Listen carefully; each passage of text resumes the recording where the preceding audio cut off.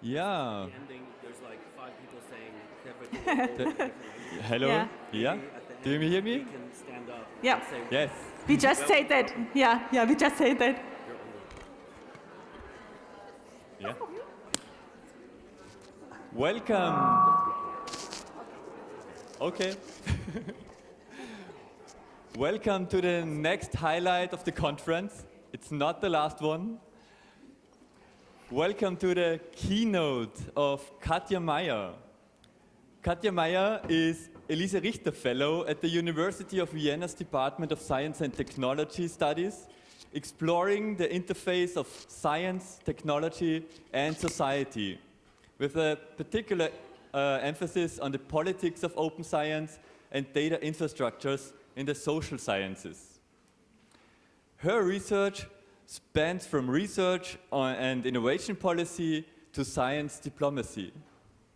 With prior experience in the IT industry as visiting fellow at the Carnegie Mellon University, as a research advisor to the president of the European Research Council, and postdoc at the TU Munich's Chair of Computational Social Sciences. She's well versed in the practical and theoretical aspects of her field.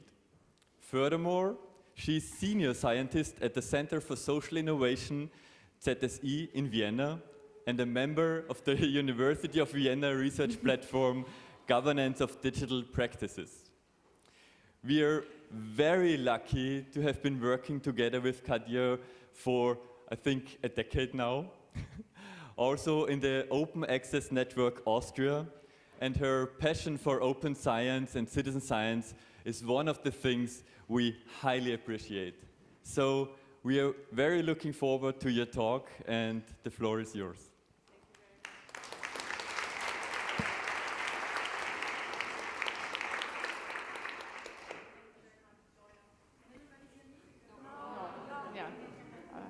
Hello, yes, now it's working. So thank you very much, Florian, for this really beautiful introduction. I'm also very happy to be here and quite honored. As an STS researcher who is mainly only studying citizen science together with wonderful colleagues who are actually doing it, I'm deeply grateful for the invitation and the opportunity to participate in this wonderful conference, which has already left me with numerous impressions, some of which I aim to explore in my presentation, which I will partly read because otherwise I'll just talk too long and I want to spare you that. A pressing concern put forward also by Shannon yesterday indeed is how to support and strengthen science, and especially citizen science, amidst extreme political climates, rampant disinformation, and the worrying inclination of some nations to scale back support for critical sciences. In agreement with advocates across the spectrum, I assert that increased participation is essential to effectively navigate the complexities of today's and tomorrow's multipolar worlds.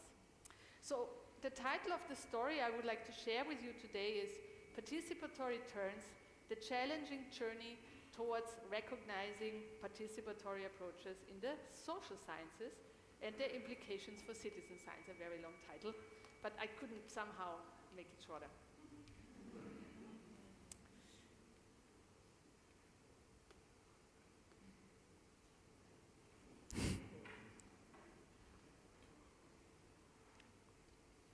Sorry for that. Somehow this thing doesn't work, but I will just click it from now on.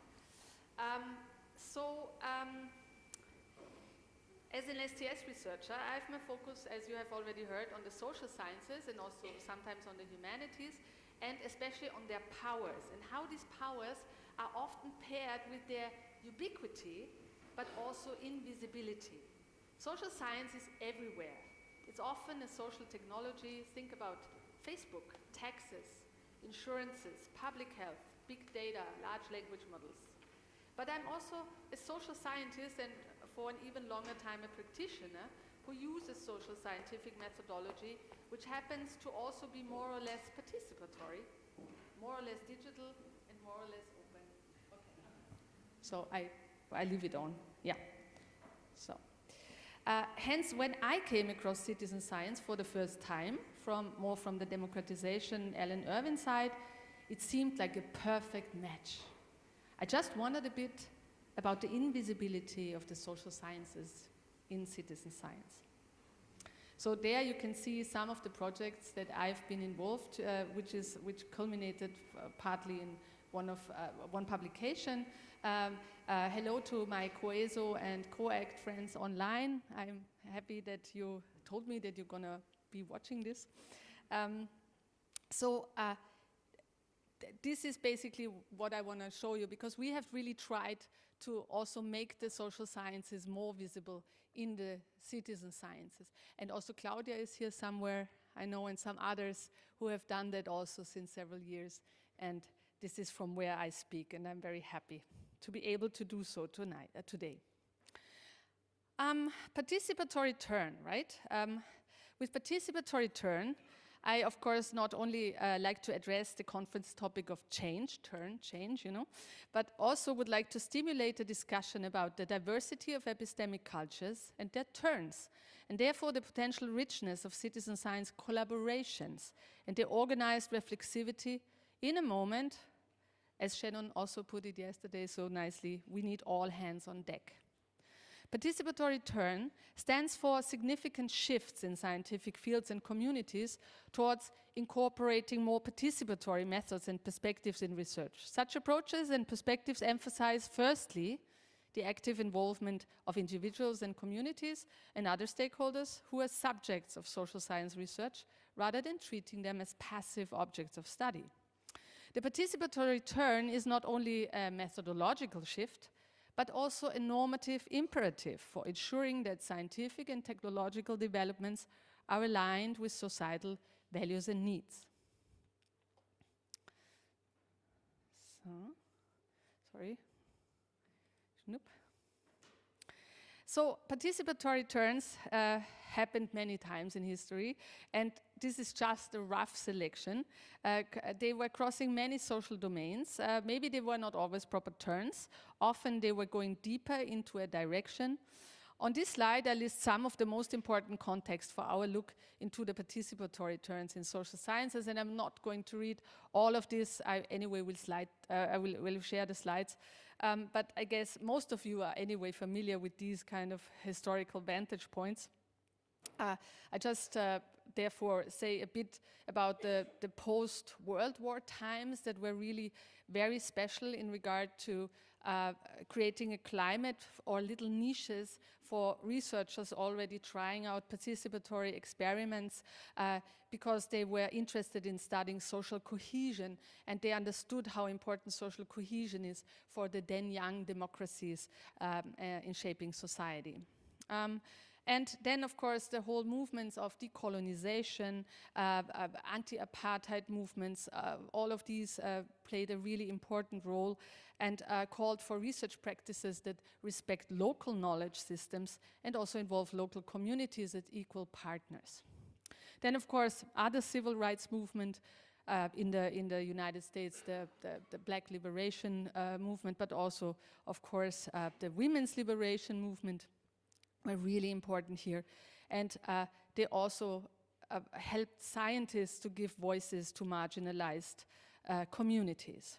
And then, of course, and we will come back to that, the rise of action research, action, we'll come back to that, the whole influence of critical theory and the Frankfurt School, and in now nearer times, the development of environmental movements, and of course, the whole package of advancements in qualitative research also linked to the digital revolution, which kind of helped to do not only collect data, but also do much more complicated analysis that would have taken tons of time before. But also, of course, to reach out and to provide access for other people to scientific research and collaborations. So the key element of all these turns include what we nowadays would call co-creation of knowledge, when researchers work collaboratively with participants to generate knowledge, recognizing the value of local, indigenous, and experiential insights for and alongside academic expertise. Participatory turns, as we have seen, also include the wish for more empowerment of participants, not only by giving them a voice, but also to change their life circumstances. And another important aspect are, of course, ethics and reflexivity, ensuring that the research is conducted with respect, consent, and even more importantly, mutual benefit.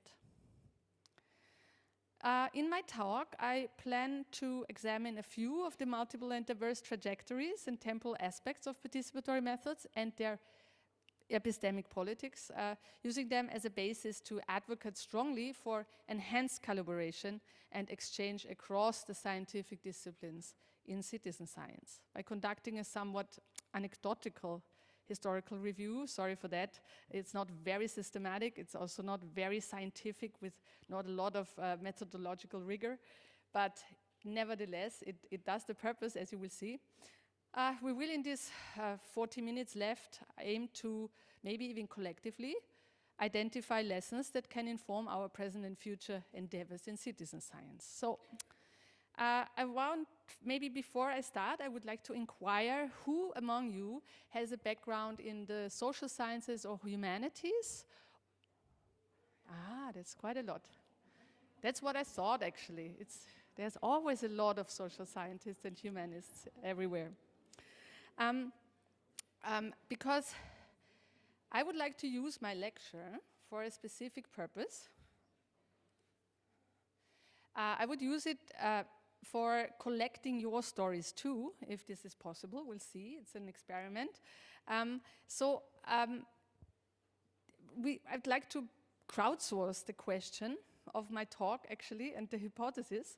So during my lecture, I cordially invite you to help me mapping the participatory turns in your disciplines, in your fields, but also in your lives.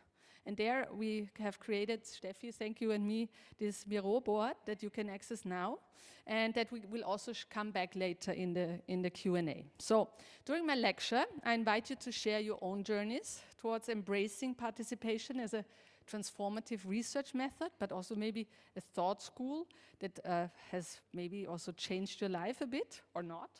And of course, this invitation extends to everybody, not just the ones from the social sciences. Please, all of you, just state which field, discipline, or practice field you're in, and we will then be able to play a bit with it. You will see, I mean, many of the stories and anecdotes that I shared today will, of course, resonate with the other fields as well. So the idea is that you put on a post-it your name or nickname, or you can do it anonymously, stating the discipline or research field and the evidence of a participatory turn in the history of your field or your life, which could be a method, a discourse, a person, a controversy, whatever comes to your mind, okay? And you feel free to use as many post-its as you like. There are some already in there. That is nice. Okay, so now we start. Now we start really. The anecdote, why I'm standing here today. This narrative began following a wonderful conference held in Paris, hello to Paris, in last October, named Connect, Collaborate, Create, and I've met several of you there. The joint event marked the culmination of the COESO and the Pro-Ethics projects, initiatives that I had the privilege of engaging with more or less over a span of 3 years. The conference was a hub of stimulating presentations and interactive sessions, complemented by several plenary panels. And one panel in particular dedicated to discussing what does it take to make citizen science grow, where I think some here in the audience have been sitting and discussing. They were discussing different topics, and it captured my really emotional attention and sparked my significant reflections afterwards. The conversation turned to the topic of drawing boundaries, what is considered citizen science and what is not, and the problems of funding organizations and scientists, and especially peer reviewers, in dealing with these boundaries. One panel member recalled an incident involving a call for citizen science project by a European funding body. Numerous proposals were received from the fields of social sciences and humanities, yet not were awarded a funding. Curious about the rationale behind this decision, they sought out the review reports, and the primary criticism levied in all these reports essentially boiled down to: this does not truly embody citizen science. It rather resembles the conventional approach of doing research with people. This is the research they are doing anyways in the social sciences. As the panel member reported, it was inferred by the reviewers that the social sciences used the label citizen science as a form of cheating to get funding for the participatory research they are doing anyways. Yeah, some of you, this sounds familiar to some of you, no? So, as this triggered the emotional reaction on my part, firstly, based on my own experiences, I'm acutely aware of the challenges associated with securing adequate funding for participatory research within the social sciences. Secondly, and quite importantly, the notion that participatory research is the norm within the social sciences is just simply inaccurate. It is not. It is still at its fringes, more or less established across the many fields, still struggling to get the necessary recognition and prestige, not only to help build knowledge, but also to build capacity in terms of careers and resources. And one of my rather anecdotal and not very scientific evidence I can present you is I did several searches over Scopus, and you can find that only about 3.8% of all articles in the social sciences since 1967 are mentioning methods that somehow include participation. And within these are some that we would nowadays not call participatory anymore. So just that you get the idea, what are we dealing at? So The quote of the reviewer shared in Paris also points to the still ongoing problem of boundary work and how to draw the distinctions. What is citizen sciences and what is it not? Mostly when we talk about the drawing of boundaries in citizen science, we seek to shed light on the epistemic diversity or the different epistemic cultures in the natural and the social sciences.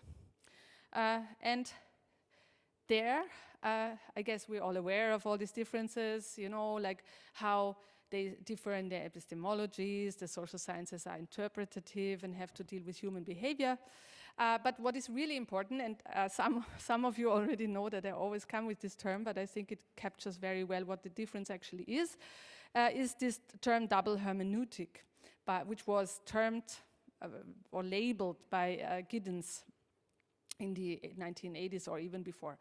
This reminds us that social phenomena are always already meaningfully constituted, long before they are professionally analyzed by social scientists. Furthermore, these interpretations can feed back and alter the social world they study, creating a two-way interpretative process between researcher and research subject.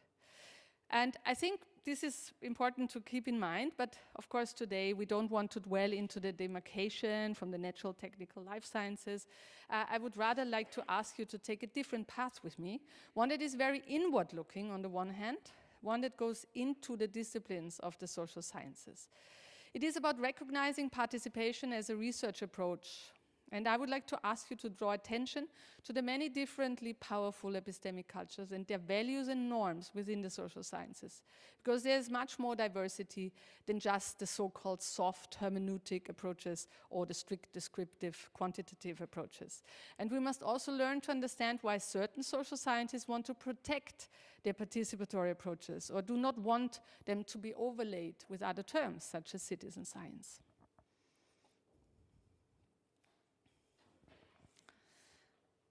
This is firstly because the broad spectrum of meanings of the term participation does not help to adequately make an approach that is committed to elaborate, co-creative, inclusive research visible if the term is scattered across many less active participative approaches in one's own discipline. So here you see there are two quotes from one field, if you like, and this is this one is what most people understand with participation. And we should not forget that, right? And the thing is, in many fields, it took a lot of effort, sometimes even generations of scholars, to come from this side to this side. And we should not forget this, and they still fight to get recognition for it. And on the other hand, there is, of course, the problems that come with the whole, let's say, complexities that are around participatory approaches. And our experience with researchers who completely reject, for example, the concept of citizen science fits in with this. Because they say they are reluctant because they say citizen science stems from a perception that the term is predominantly associated with crowdsourcing, click work, and other online digital stuff. One researcher told me how embarrassingly citizen scientists called their online survey participatory.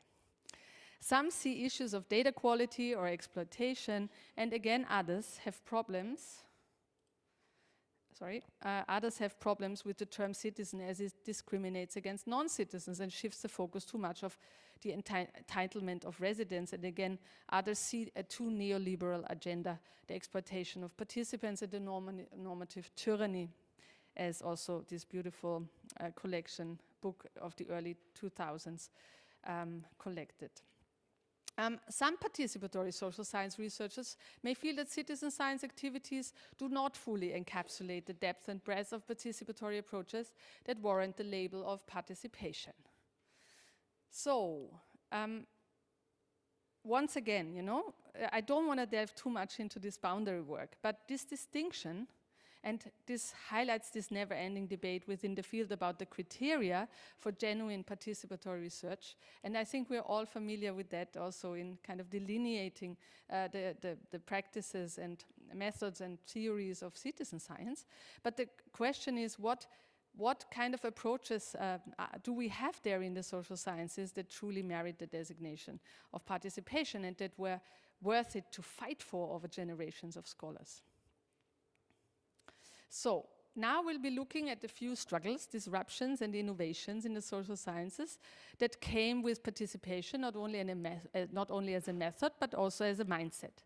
And here I'd like to start with my own field. Oops. Ah, yeah, and I also put in some cats. That's what I learned yesterday. Ah, yeah, and there is a reminder for the collective exercise. And you see on each slide there is the QR code, so if you still want to join, you can come later. So,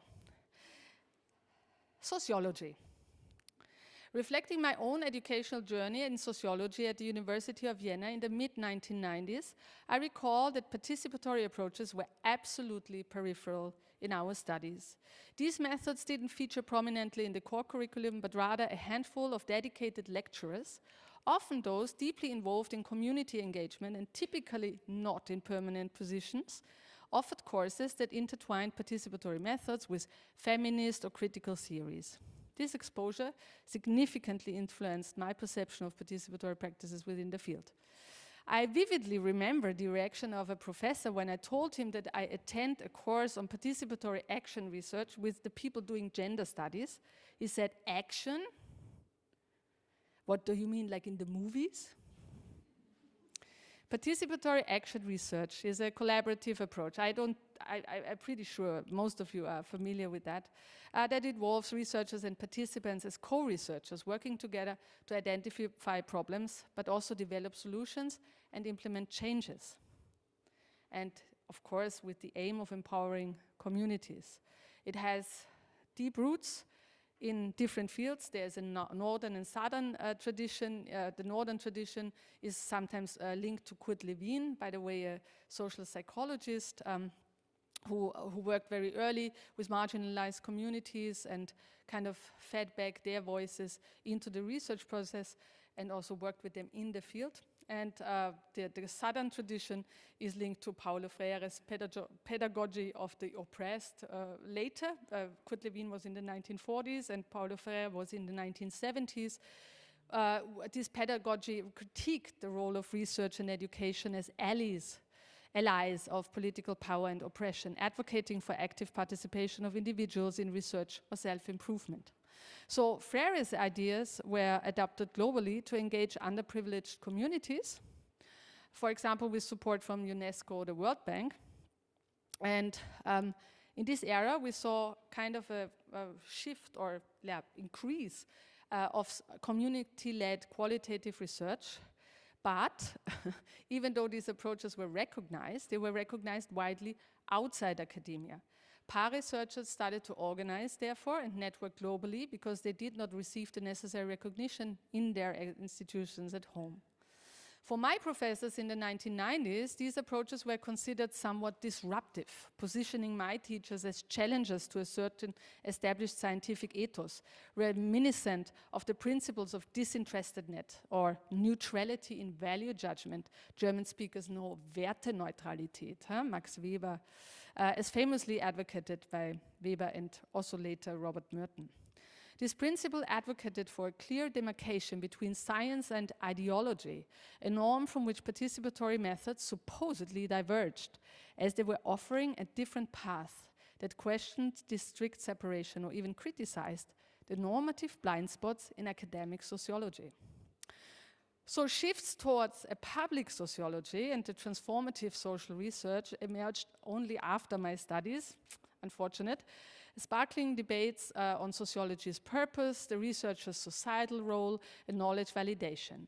The participatory turn has stirred controversies over methodological rigor, ethics, and balancing activism with academic objectivity, with critics questioning participatory methods' validity and proponents advocating for the ethical necessity and deeper insights of participatory engagement. So, to explore if and which participatory methods are currently taught in sociology, I searched through sociological curricula, German-speaking world, I have to say, which was already challenging due to the limited accessibility of syllabi and course archives, which as an open science advocate makes me a bit angry. My findings reveal, which again not very scientific, but reveal that the participatory methods are still rarely included and remain on the periphery of the method spectrum. So this is a list, which is a condensed list of the syllabi that I looked at from the 10 largest German-speaking universities. And you can see there is visual cultures. So there are some things, there is you could do ethnography, a little bit more participatory if you like. So if you want, you can identify participation in the curriculum, but only if you consider the possibility of participatory versions of traditional methods. While other methods listed may be important, I'm not saying they are not, you know, and very useful also for citizen science, they lack a participatory element and are often not taught with a focus on transformative application. So, and then if you find some courses that actually teach participatory methods, I was quite happy because I saw a lot of methods there. But the problem then is, if you find courses, they either focus on one particular method or they try to compress all those methods into 2 or 3 blocks during one semester. So that they can check the participation. And talking to some colleagues, they indicated a preference for developing conventional research skills before introducing participatory approaches, which I can understand. A trend that persists into graduate education, but also means, hence, no participatory methods teaching then either. Another argument that I heard was that the need for more emphasis on objectivity and distance to the field due to the increase of disinformation and what Shannon called yesterday extreme politics. So, concluding from the sociology anecdote, this story leads us to conclude that despite recognition from policy organizations and practitioners, PAR faced challenges in gaining a firm foothold in the sociological canon, as we can still see. 30 years later, 50 years or 60 years later, 90 years later, right? There persists a strong belief that participatory methods compromise the field by failing to maintain the objective distance deemed necessary for research. So now I have a next anecdote for you, or next story, social psychology. Now we move to a bit often too romanticized, vibrant intellectual milieu of Vienna in the 1920s, in the times of cultural modernism, right? So there was a lot of things happening at that time. There was the Vienna Circle advocating for logical empiricism, and also part of the intellectual movement challenging traditional science foundations, alongside, but very differently, for example, the evolving field of social psychology, which was shaped amidst debates on Freudian psychoanalysis. During this period, developmental psychologists like Charlotte Bühler were at the forefront of empirical child development and humanistic psychology studies, emphasizing holistic growth and innovative methods such as the life course approach and crisis experiments. Despite their pioneering contributions, they faced significant obstacles, including skepticism towards their focus on subjective experiences and this kind of idea of holistic development, which diverged very much from the dominant psychoanalytic and behaviorist paradigms of their time. Additionally, Charlotte Bühler, one of Vienna University's first female professors, even later had to flee Nazi occupation, highlighting the challenges faced by these early innovators at that time. Amidst these times, another social psychologist and medical doctor, Jacob Moreno, introduced sociometry and psychodrama, offering innovative approaches that not only emphasize the therapeutic potential of group dynamics, but also its potential as a scientific method. His approaches would be considered participatory in line with our contemporary understanding, particularly in how they engage individuals and groups in active collaborative processes for understanding and solving problems. Both of his major contributions, the sociogram and psychodrama, embody these principles. The sociogram was a tool for visually mapping relationships within a group, and it was used to highlight patterns of interaction, alliances, conflicts, and social structures, facilitating participatory processes. This visualization empowers, or had the objective to empower individuals to reflect on their social positions, fostering discussions among a group and interventions to enhance the group dynamics and resolve conflicts. Sociograms are still there, but not visible anymore most of the time, because they have evolved into the scientific tools of social network analysis with standardized, comparable, and statistically representable qualities.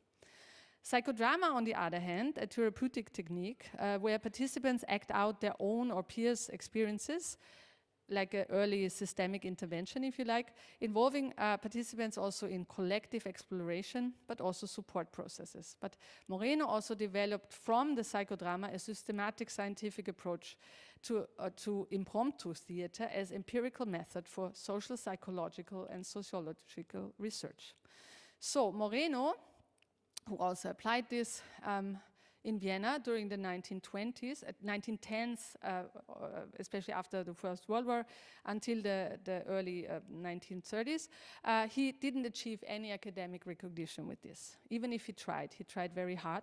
The recognition only got later when he moved to the States, and there he was able to develop a scientific program. He founded an institution, a journal. A journal became later quite successful on sociometry. And the problem of his approach was, with the quantification shift and computerization of the social sciences, especially in the mid-1940s, his sociograms relegated to sociometrics, which is the quantitative precursor of social network analysis. And psychodrama, on the other hand, transitioned back out of science, mainly to therapeutic use. And in the aftermath of World War I, we can see there was a time with a quest for new means to mend the social fabric, right? And with participatory approaches emerging as a counter to the era's individualistic and competitive norms. So what are the learnings here? Yeah, the learnings here is that even though there was a time, there was a climate, there was really even a supportive group, intellectual climate and group of people, and even though with a move, like fighting off all the obstacles in this time, moving to another country, establishing institutions and so on, the participatory origins of these methodologies got lost somehow, or are just still preserved in some little niches. Psychodrama is still there, of course, and also there are some people who still draw network cards together with their research subjects. And now let me come to my last example. I think I should hurry a bit, no? No, I don't see the time. Yeah, but still, no, I should hurry a bit, because we still want to look at what you put on the map. So my last example is, and I will run through it a bit, is critical geographic information systems, or the movement called critical GIS, which I wasn't aware of the term, but Muki was introducing me to it in Paris. Thank you for that. And I kind of found myself in the rabbit hole studying the controversies in this field. But I don't want to spend too much time now on this, unfortunately, but the idea is that I just briefly tell you that in the early 1990s, with the internet revolution, as scholars began to question the often very technocratic assumptions underlying geographic information systems, including, for example, issues of power, inequality, and the objectivity of spatial data, at that time, critical GIS scholars combined insights from critical geography, which already then emphasized the importance of social theory, and the critique of power relations in their spatial analysis, and in combination with the technology of GIS. So I find this quite interesting also as an approach. So this not only came with tools, but also with an important set of questions that would make these tools more socially robust. Relationships of representation was questioned here, power and control, revealing how access to GIS technology can either consolidate or challenge societal power structures, and so forth. And they were also pioneers in scrutinizing data representation and bias. The early critics of big data come from this field.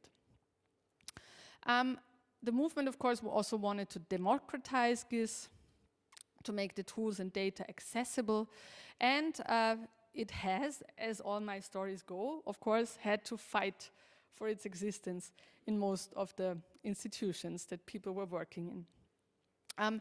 Even though it is kind of gaining traction, this is what I've seen, but I'm sure others of you know better.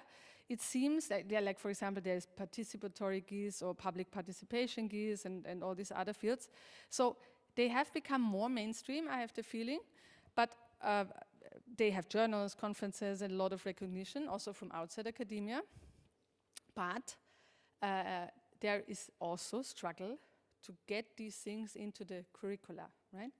And concluding from this story, what we see here in this story is, of course, this clash of techno-solutionism and critical thinking on the other hand, and which way should then guide the epistemic authority, and the more general question, if the development of tools can actually be separated from its social use. So, how long do I have still? 5 minutes? Oh my gosh. Okay. So I guess it's pretty clear what we have seen. I will share the slides and you can read some of the similarities of my stories. I think it's pretty obvious, yeah, that participation starts mostly from community engagement. It has always this aspect of interdisciplinary innovation, this aspect of change, the challenges in acceptance, the challenges in visibility and impact, and of course these modes of alternative organization. It always has to fight this critique of methodological rigor, objectivity and bias, professional boundaries and positionalities, like these concerns about the blurring roles between researchers and subjects, reproducibility, resource intensity, ethical complexities, and impact measurement. I think all of you are familiar with these things, right? Are you?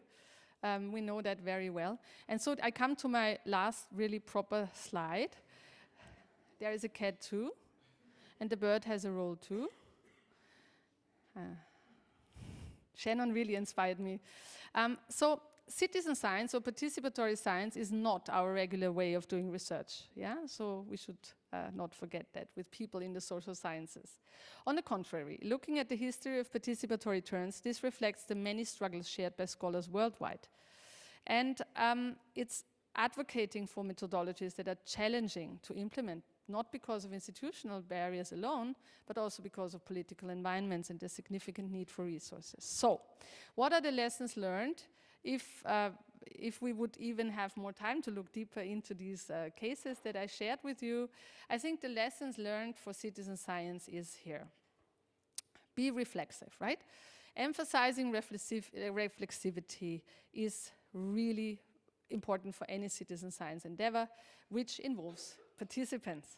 And we must be keenly aware of the double hermeneutic, understanding that we are engaging with social words and phenomena already rich with meaning before our involvement. And this is also true when you think you're just counting birds, right? Herein lies the significant contribution of social sciences to citizen science, a rich arsenal of not only participatory methods, but also a nuanced understanding of social dynamics. To nurture what might be termed citizen science, public engagement, participatory research, we must recognize that our scientific practices mirror our cultural norms. Here, I would like to invite you to adopt a co-productionist approach, which is essential if one wants to demand that we confront and clarify our normative value judgments and make transparent the value systems inherent in scientific endeavors. Next, respectfully embrace interdisciplinary collaboration. I don't want to go now into the details of the renaming of the US Citizen Science Association to Association Advancing Participatory Sciences, but I find it quite interesting because it of course also signifies a recognition of the rich history and tradition of the social sciences. I am personally totally fine with citizen science, but for me this change underscores the importance not only to conduct rigorous science, but also include social science and do it right, okay? Then next point, respectfully embrace interdisciplinary collaboration. Of course, this means that we should be aware why some researchers do not want several labels for their work, and we should also not force them to use them. On the other hand, we also need to learn to sell citizen science better to those that are hesitant. And of course, we need to work more closer together because this still not happens sometimes so often. Then support building for the margins means that we need to foster partnerships within academic institutions, also in funding agencies, to create robust support systems and infrastructures for the margins also, for the fringes of those scientific disciplines. And sometimes this is not working within one institution, but this would mean that it could be done among or across more institutions around the world. And then, of course, facilitate open and transparent methodology. It's pretty clear what it means, I think. But I also, with this, I also mean that we need to recognize double hermeneutics, how civic participation might also influence our social science practices and citizen science practices, right? And then, of course, not to underestimate the powers of community building and community management, and also providing access to critically assess our endeavors as citizen science scholars or also whatever scientists to people outside of science. And then, of course, the last one, be ready to advocate, which means that we should not only advocate for policies that support citizen science, but also working towards actively looking for policy mandates or priorities that would benefit from participatory research. And it also means to help make discrimination and bias visible and provide the necessary evidence to back up advocacy. So, once more, reflecting on Shannon's remarks from yesterday, the call for a collective effort to navigate the challenges of a multipolar world resonates more than ever, right? Social sciences, too, should rally in the support of citizen science, I think, steering clear of the pitfalls associated with all these tyrannies and neoliberal approaches. Yet, and I think this is really crucial, a gap remains in the education's ability to adequately equip individuals for participatory research in citizen science.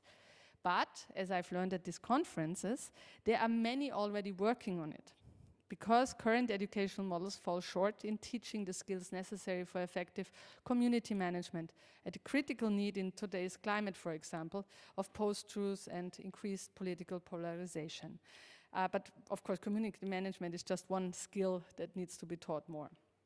So, thank you very much for this exceptional conference, the openness, the positive atmosphere you have cultivated here, really, your attentive participation that so many of you have stayed, and the collaborative spirit that has been so evident throughout this event. Thank you very much. And maybe we can, I don't know if there is still time, we can still look at the map. Yeah? I will try to do this. No, and I have another cat slide, because I want, because we're all in this together. Okay. Ich mach das zu. Und jetzt, oh, jetzt müssen wir dieses Miro, ja, das passt. Jetzt müssen wir es wieder freigeben, oder? Yeah, so there's a lot on there. That's beautiful. I will look at it on my own computer.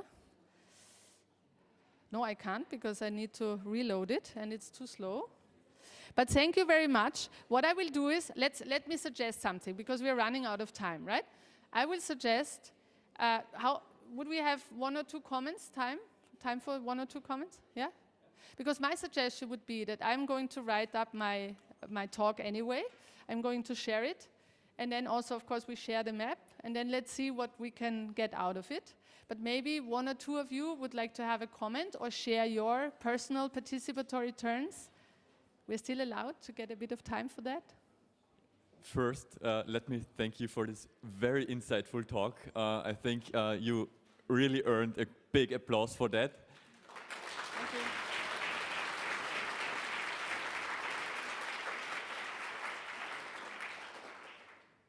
If some of you want to share a comment, please give me a sign and I will throw the cube at you. So don't be afraid. Or also, if you have questions for Katja. Yeah, sure. Sure, we have time for that. It's also already late, huh? And Yeah. Late in the conference. Some of you may be tired. No. We are not tired. We are prepared for tomorrow. So there's one question.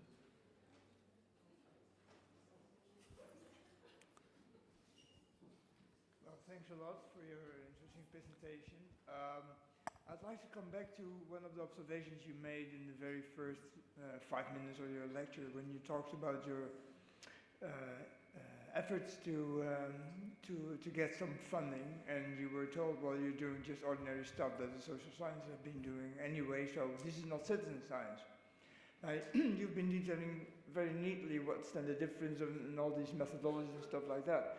But what does your analysis tell you about the situation that you faced, that you were denied funding? What does that tell us about the dynamics happening over there? Yeah, so just that there is no misunderstanding, it was of course not my experience, it was somebody telling from another event. But from my own experiences, I've learned that I need to find a language, not only in the proposals, but also in my collaboration with colleagues, that embraces a lot of different epistemic worlds, right? And because, for example, in COACT, we had a partner that was very reluctant of the term citizen science. And I think over the 3 years, we always had to work together with her to kind of explain to her that it's still the perfect place for her, right? And I think it needs this kind of work and to kind of understand the boundaries and not always try to get rid of these boundaries, but instead work with these boundaries. And what we found, I think, was a very interesting complementarity. Because actually when looking sometimes at differences, not only in a German system theoretic way, you can find really fruitful co-productions that are possible and in a complementary setting, right? Which would not be so visible if everybody would say we are all doing citizen science. Yeah? Does this mean that the labels itself, they're not so important? Yeah. It's about the intention behind Exactly. it. You need to clarify time Yeah. and time and time again, isn't it? Exactly, and it's about, if we want to stick to this label, participation, right? Right. It's about how to do it, and how to do it together with all the expertise that comes from all these different domains. Now my beautiful cat thing is not there anymore, but there's so many different domains that have experience in that. Thank you. Yeah, thank you. There was the one Thank over you. there, I Is think. there another? Okay. Claire? Or But I think, sorry, there was a question before over there. Claire? Oh. Thank you so much, Katja. I just had a quick question, because I think with your talk, there was quite a lot of history maybe that many of us were not aware of, and thinking about the tension between, say, I'm a chemical scientist, so say chemistry and sociology, you know, it's hard to bring people with you. Where is like the one area that you think we should really try to gain mutual ground on sociology, for example? In? Like, where's that one point where if all of us scientists knew X, and I know that's a hard question, what would that be? The double hermeneutics. No, it's really, I think that is sometimes forgotten, that this is really, that should be our expertise. I mean, not all the social scientists are so well trained in that, because I don't know who of you has a rather quantitative social science education. There it's not always present, but even in a good educational place with deep training skills, I would say, even the quantities, they learn how important it is to not only understand this double hermeneutic, but also to train yourself in it, and also to then leverage and work at this kind of move between your own position as a researcher and the positions that you also sometimes have to adopt in a field, because you need to understand them in order to be able not only to do some science on it, but also to change something there, right? And to help the communities change. So I think this is what the social sciences can bring in it, and this is what we can sell to the other sciences, and on the other hand, they can sell a lot to us too. We have time for one short question. Yeah. Thank you very much. My name is Sarvarsha, and I'm from Oxford Biomedical Research Centre. Looking at your slides and all terminologies, it seems that citizen science is still a confused concept, and it's a long way to go ahead to have a consensus, or rather a lot of transformation. What do you think of, like, especially here? I actually I'm an STS researcher, and I'm very interested in exactly these things, these questions and concepts and boundaries. So I have looked at your, what I would call also a bit experiment of drawing boundaries, for example, to get this criteria, what is citizen science, and what can be allowed on a citizen science platform, to draw this together with a lot of attention, because I think this is a very important and interesting moments of in a field. So I think there is not so much confusion about what citizen science is anymore. It's just that some people they put too much emphasis on the term science, you know? And if they would engage a bit more with the literature that is there, or the guidelines by funding agencies for the reviewers, yeah, they would be aware that it's not only about the hard sciences in there, but instead it's about all kind of research activities that somehow include participation. And on the other hand, what I feel, and this is the big strength of citizen science, it was, of course, in the last years, the political advocacy and lobbying that happened, so that when you talk with policymakers, it's actually now quite good, because there is a certain understanding of what this is. It found its way in some political programs, as we have heard also in the beginning of the conference by the policymakers here, that they are really trying hard to get this concept into the long-term planning. And I think it's not so confusing. And I think in many instances there are the guidelines, there are things that we can, of course, fight about. Yeah, we can fight about the boundaries that are drawn, but they are there. And maybe the funders, in that special anecdote that I brought, need to make their reviewers more aware of it. That is my impression. Yeah, thank you very much again for your talk, and also for the short but lively discussion. Again, applause for Katja, please.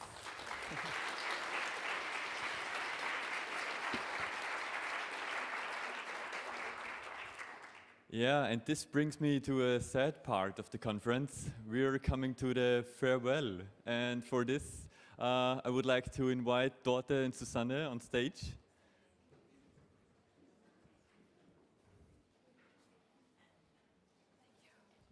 Okay, thank you very much, Florian. We're going to make this rather short because, as Florian has suggested, some of us might be a bit tired.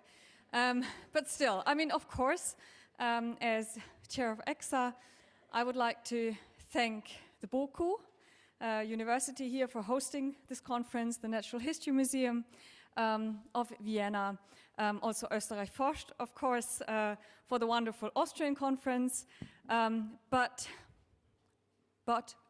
and of course, I would like to extend my thank you to all of you, because they have set the space for us, for this conference to happen. But what happened here, the magic that I saw happening here, that was you. So in that spirit, I would like to also to lift a bit the energy in the room, maybe like to invite you to turn to your neighbor or the person behind you and just let them know one thing that you take with you, a positive thing about the conference, something that you liked, something that your colleagues gave to you, something that you're grateful for. We're going to make this very short. Just think about something, one sentence each, and then we'll come back to the stage.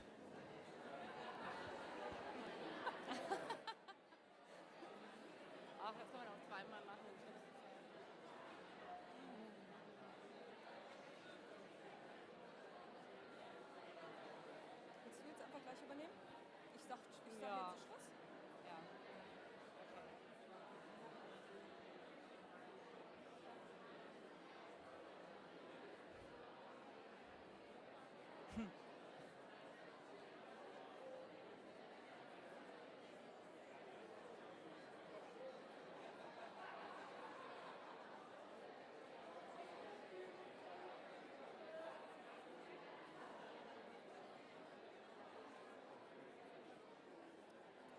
Right.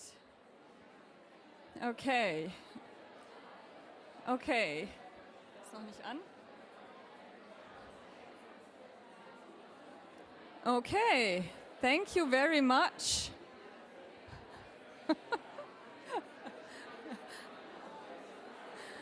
Woo! Yes.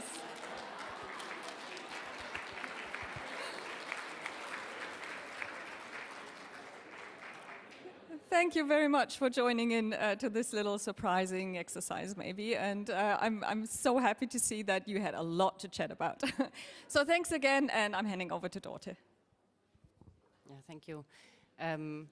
I also want to extend my thanks to not only BOKU, the Natural History Museum, Österreich forscht, but also to the people behind it, also the ECSA team, the many persons that work to making this conference possible.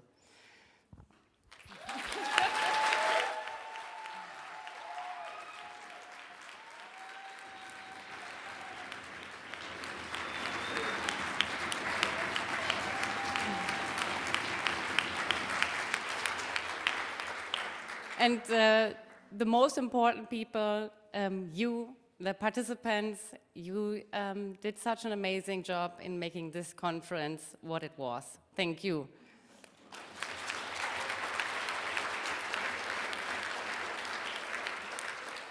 And I hope to see you all again soon, not only in 2 years' time to the next ECSA conference.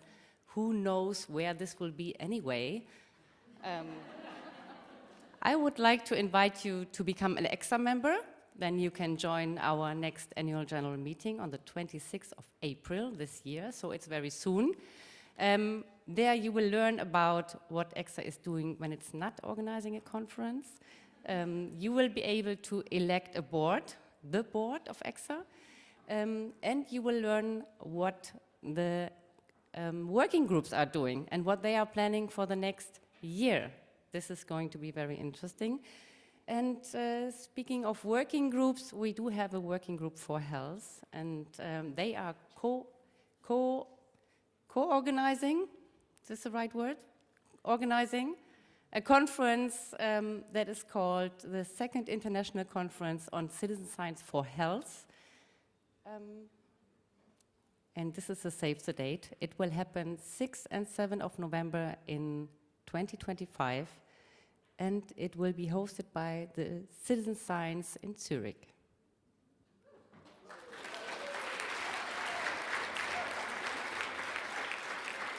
And this is from our side. I hand back to Katrin.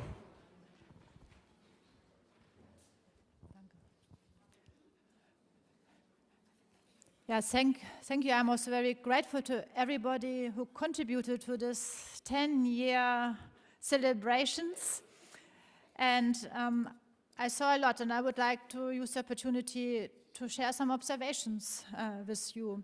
Obviously, citizen science still is a contested term, and I think for the next phase it should be interesting to really consolidate some issues, perhaps think a bit more about infrastructures, and not forgetting that most innovations is at its fringes, is it community-based monitoring, open science or whatever. I think that's important. And what I also observed, and that the co-benefits are sometimes extremely high. So the co-benefits, for instance, for education, the co-benefit for policy goals, that's nice, but there could be the danger of instrumentalization of citizen science, and that is something we should keep in mind. And one thing I also often heard is this trust in science. So citizen science should help to increase the trust in science. That's also a bit tricky. because mistrust for me is some intrinsic feature of science. So we should be able to trust in the methods, in the data, in the idea how the data and the findings are analyzed and communicated. But trust in science, perhaps you should believe that science is a good contribution for society, but we should be very critical because it's one part of society. So what I think is an added value of citizen science, of more people dealing with science, is that you can trust yourself. You can trust your brains. You can think yourself. And that is something which is for me extremely important for this whole movement of citizen science, because I think it's extremely necessary we think ourselves, and also the large network of all the citizen scientists think themselves. Because you see what's going on in the world. We debate on the loss of biodiversity, of land use, of climate change. We also have a lot of discussions of we and them. So to have this approach to think by yourself, to reflect, I think that is something which is extremely valuable and one of the key assets for me for this citizen science movement. Because another observation I made, so the normative ideas are high, so the normative ethics is high, so a lot of persons refer to the sustainable development goals and also to the principles of citizen science, which are also in a high positive normative area. And I think we should keep this as a strength and as a power. It's not that we are naive, it's really a strength that we can work in this area. That is something I take from this conference. And I hope you also take some of the spirit of these ideas from these conferences and from this community. So that is mainly what I would like to share with you. Thank you.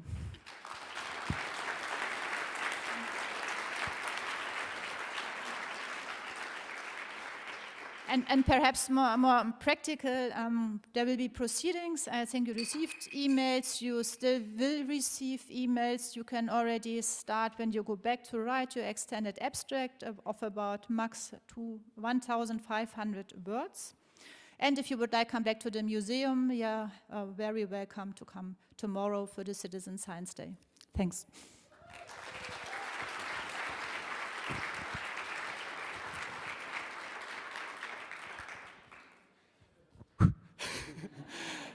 Last minute organizational stuff. So,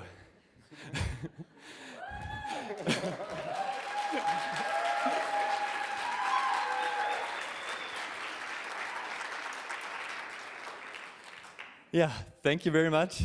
The last 3 days have been enormous. Yeah, they have exceeded our expectations, and we would really like to thank all of you for the great experience. Boku has been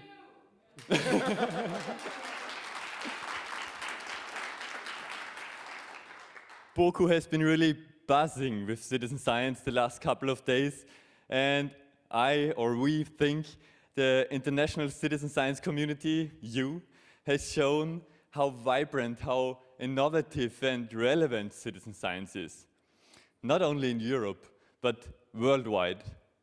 And we have seen how citizen science can induce change, observe change, and reflect change.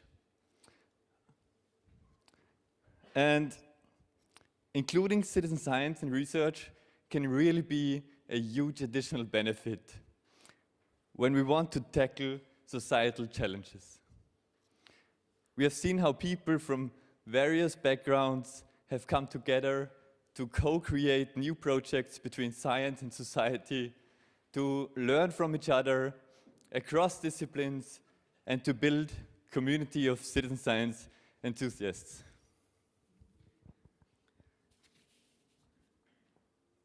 It is not a matter of course that those people come together. And for this, we want to thank you all.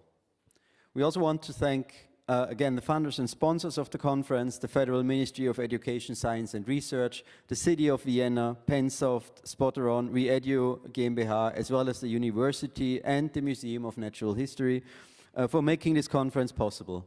A special thanks again to Dr. Alexander van der Bellen, Federal President of the Republic of Austria, who has taken the patronage over this event. The conference would not have been possible without the help of many enthusiasts that did a fantastic job preparing and running this special event. We would like to thank the whole conference program committee for reviewing all the contributions. We want to thank BOKU event management team for assisting us during the last 2 years. The BOKU IT team that helped us in setting up all technical aspects. The BOKU media team for hosting the live stream to the other auditorium and also to YouTube, of course, and for the setup here in Tuvi. The catering team from BOKU Mensa, the photographers, the staff of the Natural History Museum Vienna for a great party yesterday, and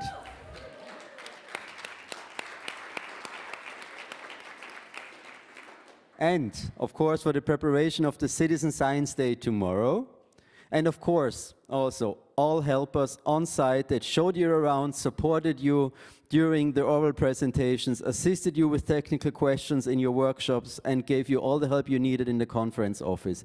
I would like to welcome all of them on stage. Please give rounds of applause to Adrian, Hanna, Helene, Katharina, Alan, Eva, Larissa, Lisa, Lukas, Mia, Samira, Alina, Daniel, Silke, and Iris. They are not all here now, but most of them are here.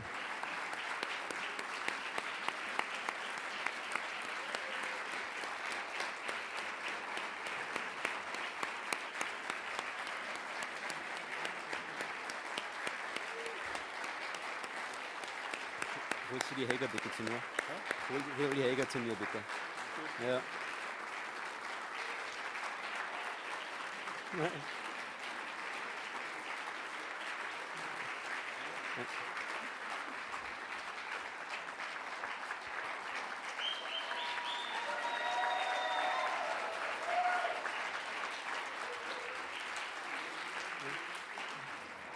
Probably the most important person, the heart, the soul, the brain of the conference, the one who had everything under control at all times. Please give a thunderous applause to Helga.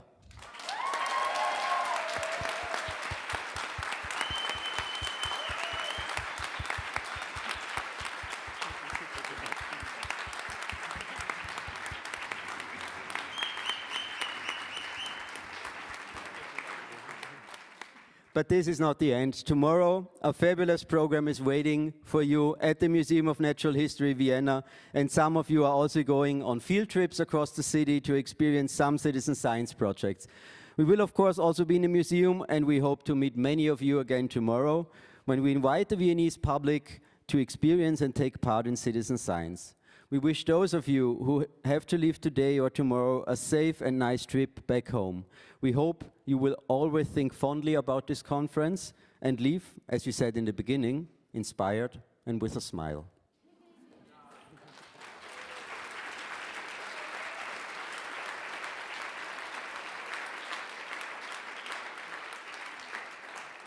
So there is now only one more thing. Maybe someone can help me with that.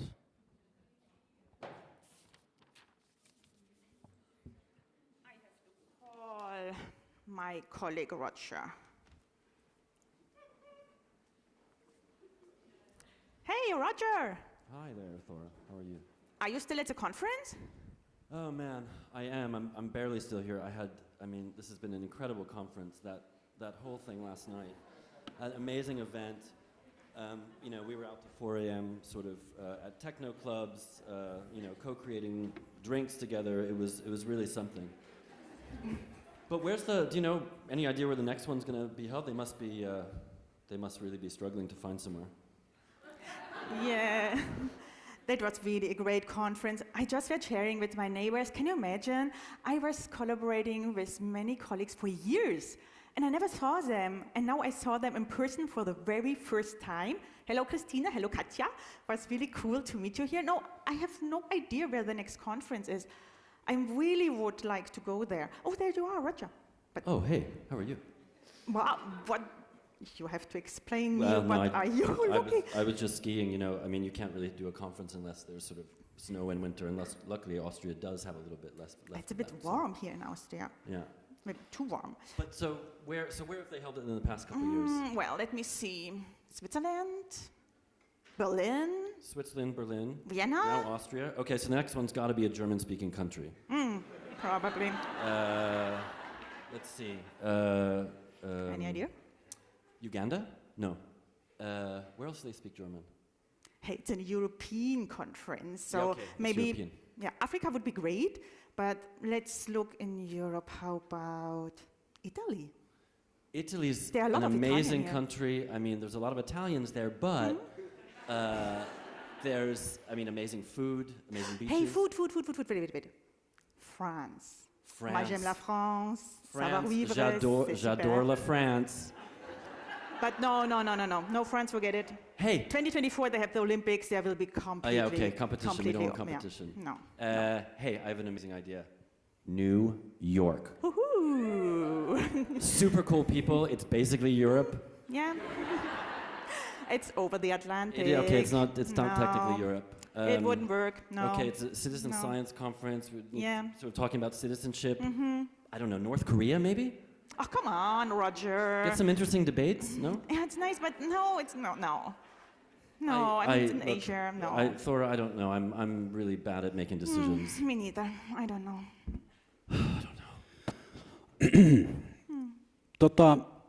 Miki käski kysymään, että millainen päivä sulla on normaalisti töissä? How's your regular day at work? No, mietitään vähän. Okay, so first I wake up, then I go to work, and then usually I go to co-create science with pupils in the best educational system in the world. And after that, I write 2 articles at the university, and then I go home, and then of course I go skiing, and the most thing that I always do is I'm one of the happiest people in the world.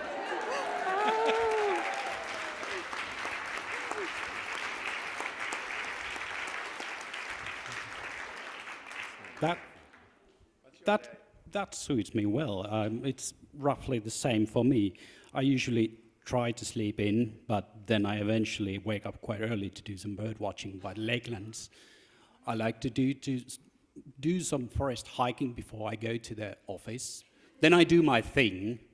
Then I come back from there, listening melodic death metal probably. I heat up the sauna, as I do every bloody day, excuse me. And then I dip myself into the snow if it happens to be a winter. Yeah, that's pretty much my day. It makes me happy. Well, you have a great time, that's great, but it doesn't bring us further. Like, where is the next conference? Yeah, we need to have a decision made somewhere. Right. Is there any kind of voting that's been done or anything? Sure, the global voting. Can I have the envelope, please? Is this Eurovision? Vienna has experience with Eurovision. Reveal to vote. Okay. Aha.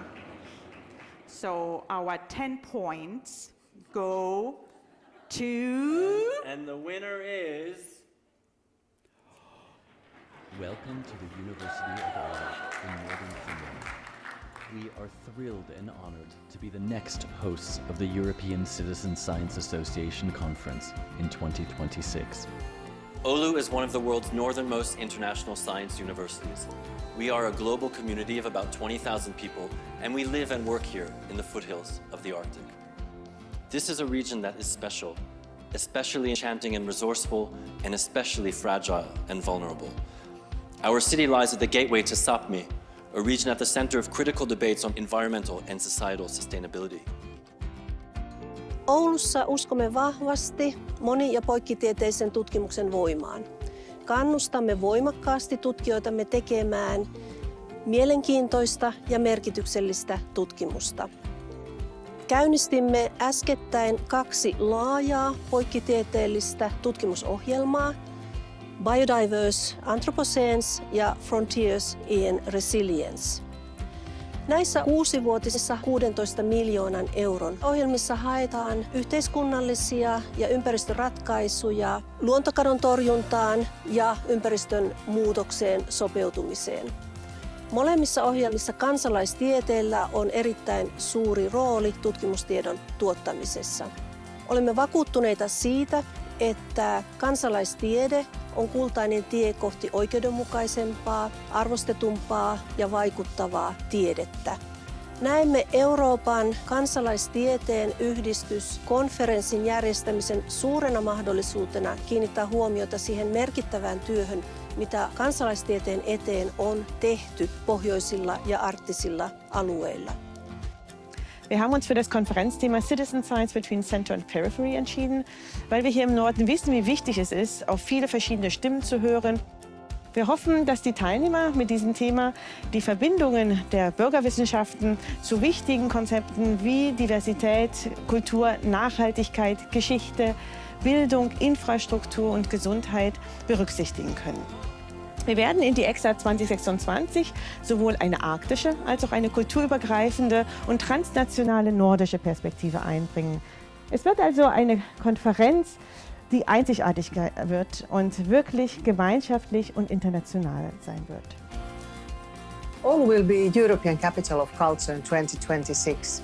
This is a great reason to have the 2026 ECSA meeting in Oulu too.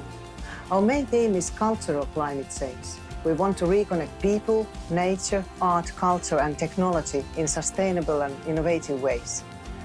European Capital of Culture is made by the whole community, together with European partners. In our cultural program, there will be participatory citizen science projects. The citizens, civil society and the university scientists will work together and study many aspects of Oulu urban environment.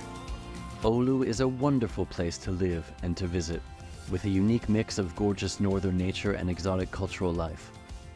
And March in the north is a magical time when the mesmerizing colors of the Arctic beckon with forested cycling and skiing trails, riverside saunas for getting to know your colleagues, and hundreds of lakes for taking a refreshing dip in some of the cleanest waters in the world.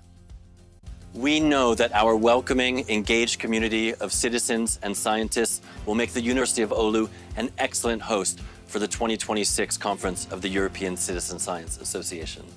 Te damos la bienvenida a Oulu. Tervetuloa Ouluun. Bienvenue à Oulu. ओलू में आपका स्वागत है. Hjärtligt välkommen till Uleåborg. Purespohtin Oulu. Välkommen Oulu. Üdvözlünk Ouluba.